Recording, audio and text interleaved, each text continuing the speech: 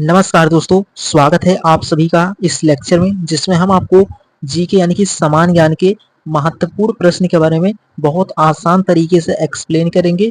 आप किसी भी एग्जाम की तैयारी कर रहे हैं, चाहे आप डिफेंस की तैयारी कर रहे हैं। डिफेंस में आपके दो कैटेगरी आती हैं, एक होता है नेवी एमआर और एक होता है एयरफोर्स वाई ग्रुप।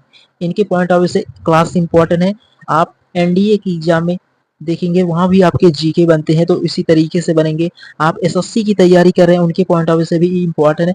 तो ओवरऑल आप ये समझ सकते हैं कि जिस एग्जाम में भी समान ज्ञान के क्वेश्चंस बनेंगे, उनके एग्जाम के पॉइंट ऑफ व्यू से क्लास इंपॉर्टेंट है। तो शुरू करते हैं आज का पहला क्वेश्चन।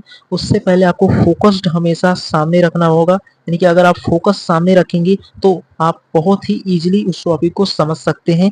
तो शुरू करते हैं, पहला क्वेश्चन क्या है उसके बारे में। तो पहला क्वेश्चन बहुत इंपॉर्टेंट है, इसमें आप देखेंगे तो आपको क्लियरिटी आ जाएगी। तो ये क्वेश्चन है आपका, इस तरीके से क्वेश्चन एग्जाम में बनता है। इसमें बोला है कि भारत के प्रथम गवर्नर जनरल कौन थे। तो भारत के जो प्रथम गवर्नर जनरल थे वो आपके थे लॉर्ड विलियम बेटिक जो था, वो भारत का प्रथम गवर्नर जनरल था। ये आपको क्लियर होना चाहिए, बहुत इंपॉर्टेंट क्वेश्चन था। एंड उसी प्रकार सेकंड मेंशन है, ये भी अपने आप में खास क्वेश्चन है।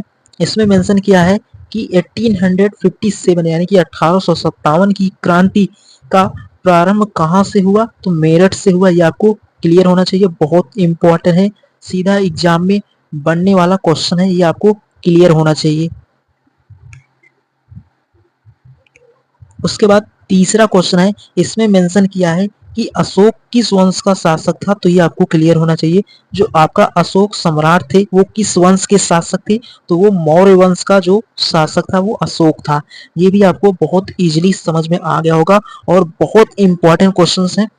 इसी तरीके से आप लोगों के एग्जाम में भी सीधा क्वेश्चन बनता है। आप जब प्रीवियस ईयर एग्जाम को देखेंगे तो आपको पूरा प्रॉपर समझ आ जाएगा कि इसी तरीके से एग्जामिनर क्वेश्चंस को डिजाइन करते हैं, क्योंकि एग्जामिनर के ऊपर डिपेंड करता है वो क्वेश्चन के लेवल को इजी या हार्ड दोनों रख सकते हैं। लेकिन आपको दोनों तरीके के क्वेश्चन के बारे में समझ होना चाहिए। क्वेश्चन इजी हैं फिर भी आपको उनको बहुत ही फोकस के साथ समझना होगा। कभी कभी एग्जाम में ऐसे क्वेश्चन आ जाते हैं जो आपको आते रहते हैं फिर भी वो रॉन्ग हो जाते हैं। तो ये नहीं करना है आपको एग्जाम में। इन गलतियों से बचेंगे तो आप बहुत इजीली सेलेक्ट हो जाएंगे। उसके बाद अगले क्वेश्चन पे आते हैं। तो अगला क्वेश्चन क्या है उसके बारे में आपको समझना होगा। ये भी क्वेश्चन अपने आप में खास है। इसमें मेंशन किया है कि पानीपत की तीसरी लड़ाई कब हुई थी। तो पानीपत की जो तीसरी लड़ाई हुई थी वो 1761 यानी कि 1761 में पानीपत की तीसरी लड़ाई हुई थी। ये आपको प्रॉपर समझ हो गया होगा, बहुत इंपॉर्टेंट है।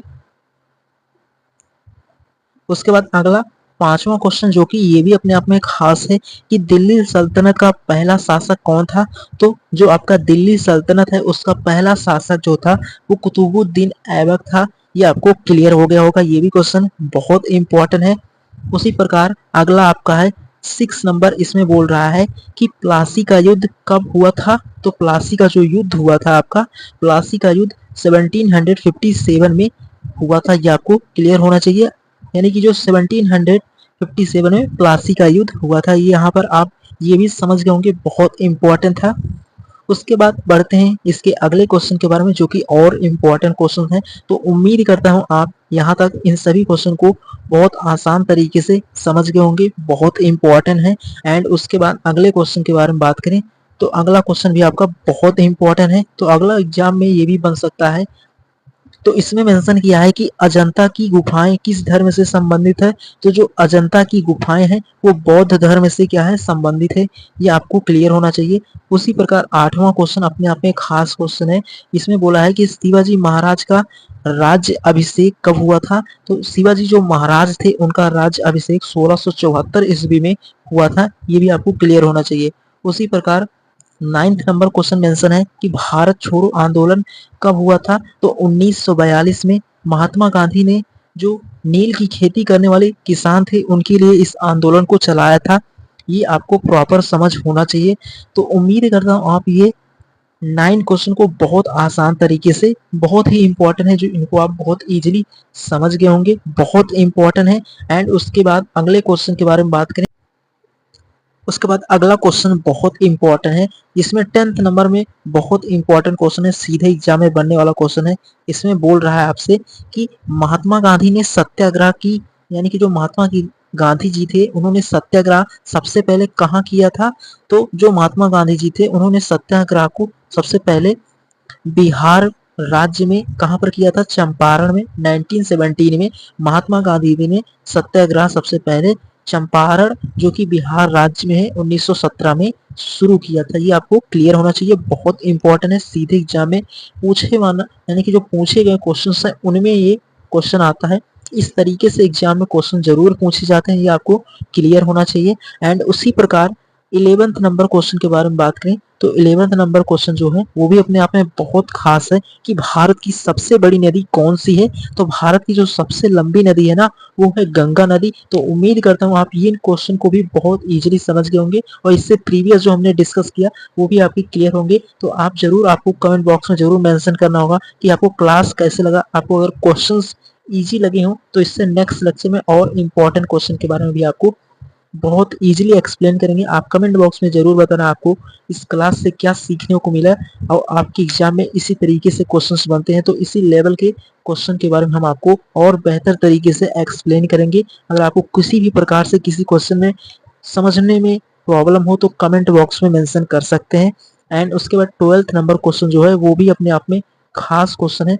इसमें मेंशन किया है कि भारत का सबसे ऊंचा पर्वत शिखर कौन सा है? तो भारत का जो सबसे ऊंचा पर्वत शिखर है वो आपका कंचनजंगा वो है पर्वत, जो भारत का सबसे ऊंचा पर्वत शिखर की श्रेणी में आता है। तो ओवरऑल इन क्वेश्चन को भी बहुत आसान तरीके से समझ गए होंगे। एंड उसके बाद बढ़ते हैं अगला क्वेश्चन क्या है उसके बारे में। तो अगला क्वेश्चन भी आपका बहुत इंपॉर्टेंट है। तो इसमें पूछ रहा है आपसे कि कावेरी नदी किस राज्य में बहती है? तो जो कावेरी नदी है वो आपका कर्नाटक और तमिलनाडु दो एक ऐसे राज्य हैं जहां पर कावेरी नदी बहती है। उसी प्रकार 14 नंबर क्वेश्चन जो है अपने आप में खास क्वेश्चन है। इसमें मेंशन किया है कि थार मरुस्थल कहाँ स्थित है? तो जो आपका थार मरुस्थल है वो आपका राजस्थान राज्य में स्थित है। ये आपको प्रॉपर समझ होना चाहिए। तो ये भी क्वेश्चन आप बहुत इजीली समझ गए होंगे, बहुत इंपॉर्टेंट है। उसी प्रकार 15 नंबर क्वेश्चन के बारे में बात करें तो 15 नंबर जो है वो भी आपका बहुत इंपॉर्टेंट है। तो भारत की सबसे लंबी झील कौन सी है? तो जो भारत की सबसे लंबी झील है वो आपका वेबनाड झील, जो कि किस राज्य में है? वो केरल राज्य में है। ये आपको प्रॉपर समझ होना चाहिए। तो इस तरीके से ओवरऑल यहाँ तक आप बहुत इजीली समझ गए होंगे और ये 15 नंबर क्वेश्चन भी आप बहुत आसानी से समझ गए होंगे। तो आज के इस सभी क्वेश्चन को उम्मीद करता हूँ आप बहुत आसान तरीके से समझ गए होंगे। बस फोकस आपको हमेशा सामने रखना। किसी भी टॉपिक को अगर आपको समझना है तो फोकस जब आपका सामने रहता है तो आप बहुत इजीली उस टॉपिक को समझ पाते हैं। तो उम्मीद करता हूँ इस सेशन को आप यहाँ तक समझ गए होंगे। उसके बाद मिलेंगे नेक्स्ट लेक्चर में जहाँ पर इसके आगे एक नए टॉपिक को आपको बहुत आसान तरीके से एक्सप्लेन करेंगे। इन क्वेश्चंस को आप प्रैक्टिस करते रहना। मिलेंगे।